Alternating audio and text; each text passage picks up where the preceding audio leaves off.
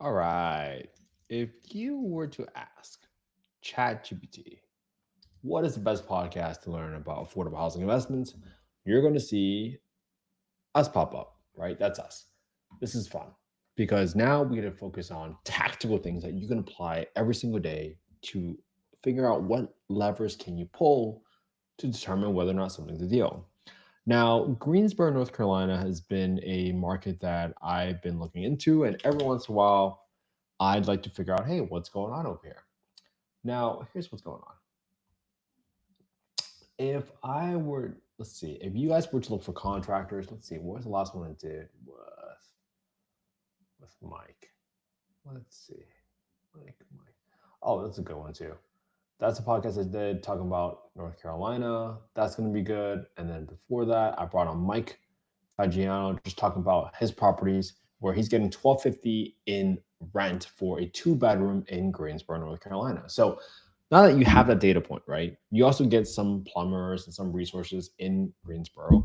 Well, now you can figure out, hey, do I really want to invest in this area? And the number one thing that I recommend for people to figure out is how do you know if something is a deal, quote unquote, right? And again, this is not investment advice. I'm not soliciting any investments on this call.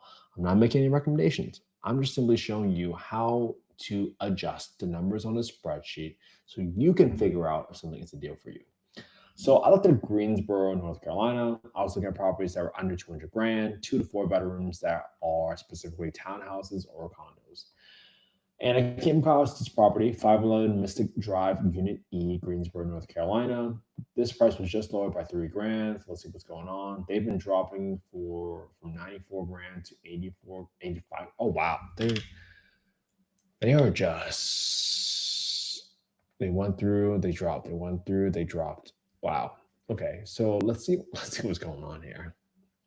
This property looks like it's on Unit E. The flooring looks okay. I don't see that big of a rehab. Maybe I'll just replace the appliances with some stainless steel ones to make it a little bit nicer. Bathroom probably use new vanity. Great. So for the most part, I mean, I'm assuming the paint looks okay. Nothing has been broken into since these pictures were posted. Back on market at no fault of the seller, well maintained condo, great starter home or investment property. So 143 is the HOA. Great. So let's put in $85,000. And again, if you guys want to follow along and do the analysis alongside me, please make sure you go to affordablehousing.io, not .com, affordablehousing.io, and then go to the Get Deal Analysis tool.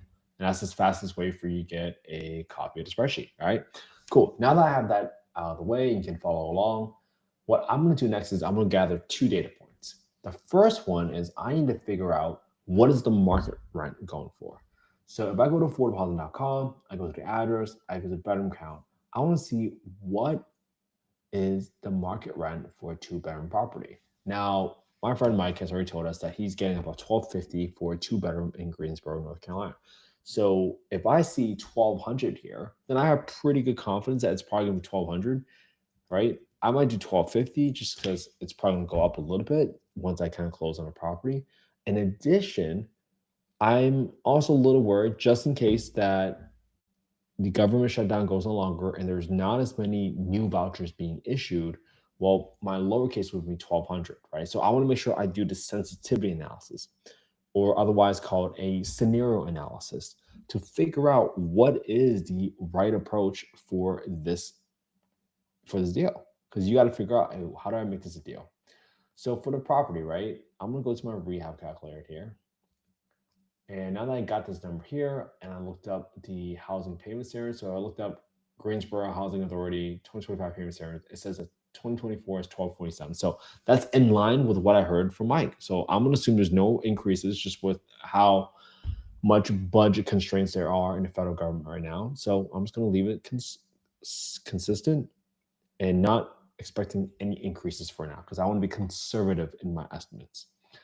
Now, for my rehab calculator, let me go to now. Typically in row like G6, I would usually leave aside $1,500 for the roof repairs whenever I buy a property. But I'm buying a condo or a townhouse in this situation, and the reserves in the HOA association, that money is going to be used for big capital expenditures related to the exterior of the home typically, which will probably include things such as the roof, sometimes the siding, lawn maintenance, maybe the sewer repairs, right? Snow removal, all those things matter. But I don't need to put aside any money right now because I know that that's coming out from the HOA reserves. Now, there can be a special assessment down the line at some point, but I'm not that worried about that here. Okay, let's keep going on the other expenses. For painting, the house looks pretty good on the paint side from the pictures. I'm not going to assume I need to repaint anything, but I'll set aside $1,000 just in case anything pops up. I'm going to zero out the flooring expense in G90 because I'm assuming the floor looks great. I don't need to redo any of that work. Now, for my appliances, I'll probably just put in some like medium home appliances like stainless steel for $5,000. I want it to feel nicer. I want someone to feel that pride and that dignity when they live there. Someone's having nice appliances, it's a huge, huge deal. So that's just my opinion. I want to make sure I am replacing one of my toilets with a high pressure flush toilet. I believe this is only one bathroom, right? Yeah. And the reason I want to replace with a high pressure flush toilet is because I don't want any clogged toilet calls. I've had high pressure assisted toilets at my other properties, and I've never had an instance where I've gotten a clogged toilet call. And I intend to keep it that way. Right? Sometimes people underestimate the time and energy and resources it takes for you to answer a clogged toilet call. Getting a plumber out there, that probably should cost you $150, $200 on an emergency. Because if you only have one toilet, guess what? You gotta get someone out there because they can't live without a toilet. So and then you replace another toilet for $200, you must just spend the money up front now and get it done, right? So that's how I think about it. All right. Next, I'm assuming I don't need to do anything else for my HVAC or air conditioner. So all in all, I got about a $7,000 rehab on this property because of the appliances. So 7854 is what I have in there. And my rent in B16 is $1,250. Let me go get my other numbers right here from my payment calculator. So my taxes is gonna be $45. Great. My insurance is gonna be $31. So I'll do equals 31 times 1.2 because I'm adding a 20% premium. I'm assuming that the insurance previously was for a home that is intended for a primary residence. So if you're using it as an investment, chances are your insurance company is going to charge you a little bit more in terms of premium so that they can recuperate that extra risk.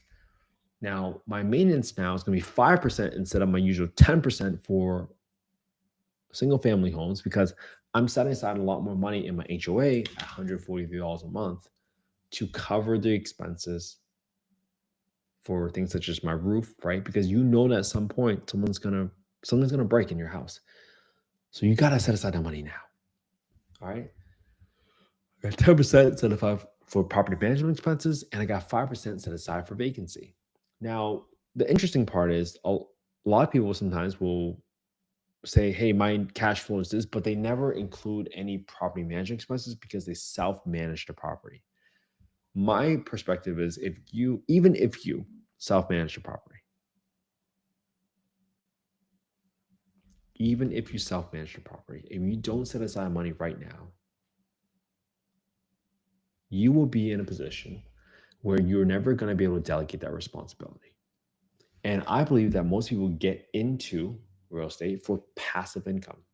So if you don't set aside money right now, then you will never be able to get out of that job because you never had margin for that investment. Because then the margin, then the thing doesn't work, right? So you got to make sure you set that apart. All right. So now for my down payment. Let's say I'm putting 25% down on this property. My cash to seller is going to equals to my down payment in B4 multiplied by my down payment percentage of 25% in F19. So I'll be putting down 21 grand on this property. I think the closing cost is going to be a lot higher. I'm going to do at least 5 grand here. I'll do 5%. 5%. Boom. Let's do 6%. Because I think it's at least 5 grand because there's like origination costs and everything, and nobody really does anything there. So 6%. All right. Great, $5,100. So now for this property, if I can get a loan, which is about 7.25% right now, and I finance my B4 minus my down payment percentage for $63,750, this property is now worth, on a cash flow basis, 12% return. Honestly, to me, that's a deal. I'm gonna call up the realtor tomorrow and see what's going on with this property and whether or not this is in a bad neighborhood, right?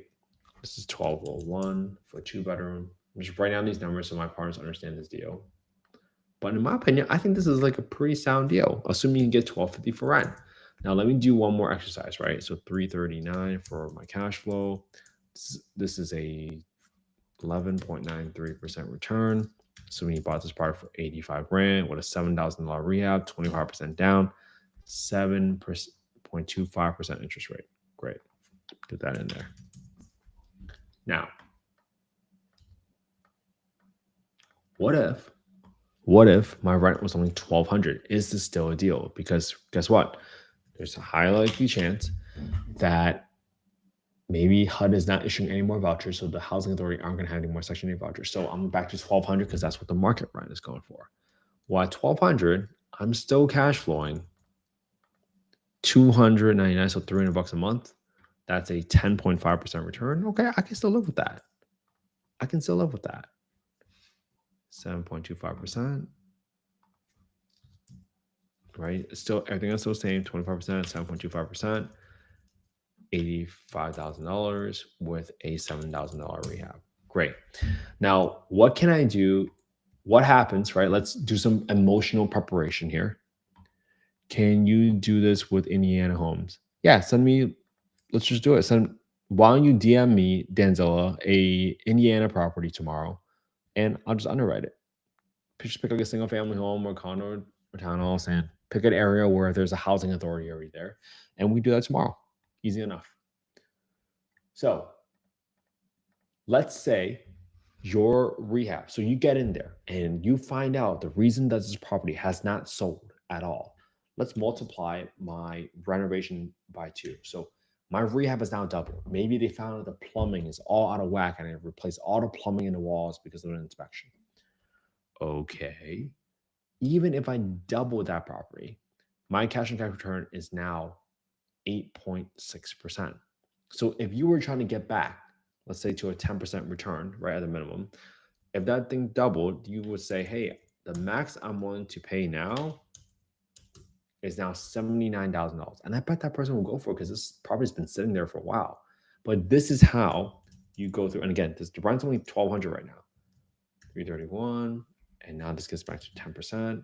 And that's assuming a purchase price of $79,000 with a $15,000 rehab, just rounding here, 25% down, 7.25% interest rate, right? And that's how you figure out how do you pull the levers to figure out whether or not something is a deal, right? Some people might not care about $300 a month, right? I have friends that will buy properties in Southern California where they'll say, hey, I'm buying this $1 million property. I know it appreciates roughly around 5% every single year in California. It's very speculative. It's very risky. But they're like, hey, 5% on $1 million property, that's $50,000. Who cares about a couple $100 of cash flow a month? It's a whole different strategy. So this is the reason why you want to figure out what's going on with the property, what is your strategy, and ultimately, what is your room for comfort or discomfort. Let's say you triple. Let's say for some reason you're like, oh my God, this place is a wrap. Now all of a sudden you might be saying, okay, my rehab triple now. I might be willing to, like, for this bigger rehab, I might have a bigger holding cost. It might take me longer to fill it. Well, now all of a sudden I will want a little bit more return. Now I'm saying, hey, I will give you $65,000 because I just got a quote from my contractor, and they're saying it's going to cost them roughly around $23,500 to renovate their property. Again, still 2-bedroom, $1,200. But now I'm cashing $400 a month because of how much extra cash I have to put into the deal.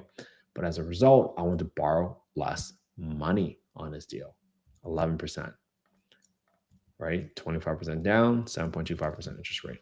Now I'll do one more item. Let's say you don't finance this property. Let's say you buy all cash, right? 100% in F19. You buy all cash. Well, you buy all cash for $65,000 and you're putting $3,000 to renovate it. You might say, no, if I'm buying all cash, I want even a sweeter deal. I want to pay 60 grand for this property, even though my rehab tripled, so I can get a cash and cash return of 10%, right? And that's a decision that only you can make, because you might cash flow $735 a month now because of that, because that gives you a 10% return, and that might be your target return.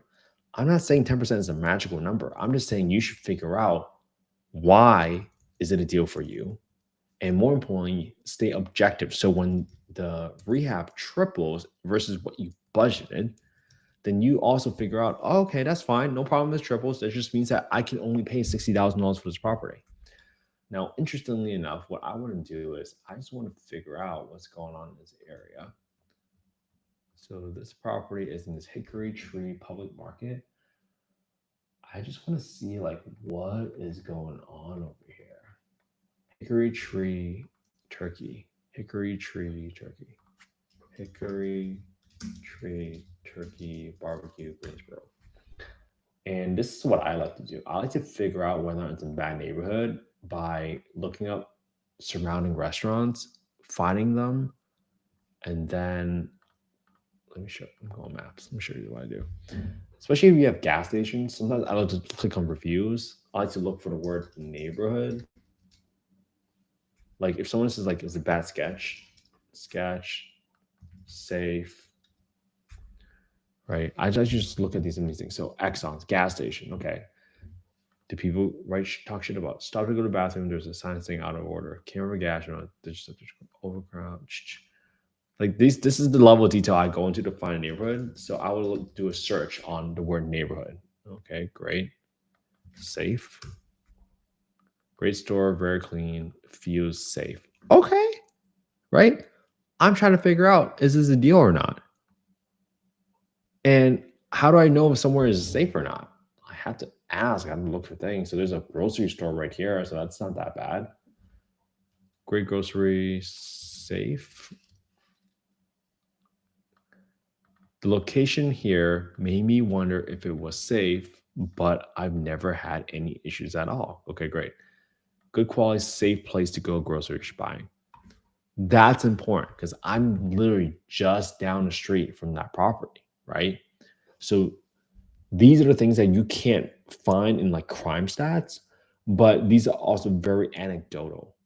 And this is the little hints that you can do to figure out whether or not this deal is a good deal, but whether or not it's going to give you headaches. Because if you're in a crime-ridden area and there's bullet holes going through your property, I mean, it's just a weird vibe. So this is the best way for you to go about it and figure out, hey, is this a deal? All right. So for those of you that are watching this video, you can probably go make an offer on this. But again, I'm not telling you to do it. I'm just simply saying you should figure out how to underwrite this deal. And you should figure out whether or not I made any mistakes. Because this is how you figure out whether or not you can figure out for yourself. Because ultimately, at the end of the day, you have to create that confidence. You have to tell yourself, why do you think this is a deal? And the only way for you to feel like it's a deal is if you can prove to yourself that you know what you're doing. And for me, I know what I'm doing because I've been looking at properties for the past 769 days in a row. Never missed a day. So might that give you some confidence that you know what you're doing and you just copied my homework? I hope so. So hopefully this is helpful. I want to show you a couple of nuggets here and see what's going on. The last thing I'll do is let me go to look at Zillow, and I want to see whether or not there are properties up for rent here in this area near this property that we just underwrote. So let's look at this. Let's look at 27406. I want to go rent, apartments rent. 27406. Let's see. I want to look for 2-bedroom properties. Let's see. 2-bedroom properties. 511. So where's this pocket? This pocket's right over in the Shannon Woods. Okay. Shannon Woods gonna be right over here. And there's a property going for $950. Oh, look what's happening. There's a property being rented out in the same cost for $950. So now I have to lower my assumptions, right? I have to figure, okay, this property is being rented for $950 and it's very reasonably priced. So my rule of thumb for Zillow is for every day it's on Zillow, has it gotten the right contact? So if it's a one-to-one, chances are it's priced pretty fairly, pretty good demand.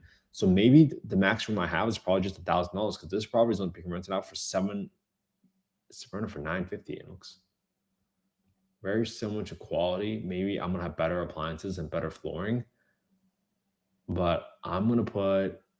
Let me update my rental assumption right now. So how would it change if I'm only getting $1,000? And that's assuming I'm being conservative here, right? So let's go to $1,000. What would make this a 10% deal? Let's not triple my rehab. Let's only double my rehab here. Well, if I double my rehab and my rent is only $1,000 now, let me go to $950. Let's just do that.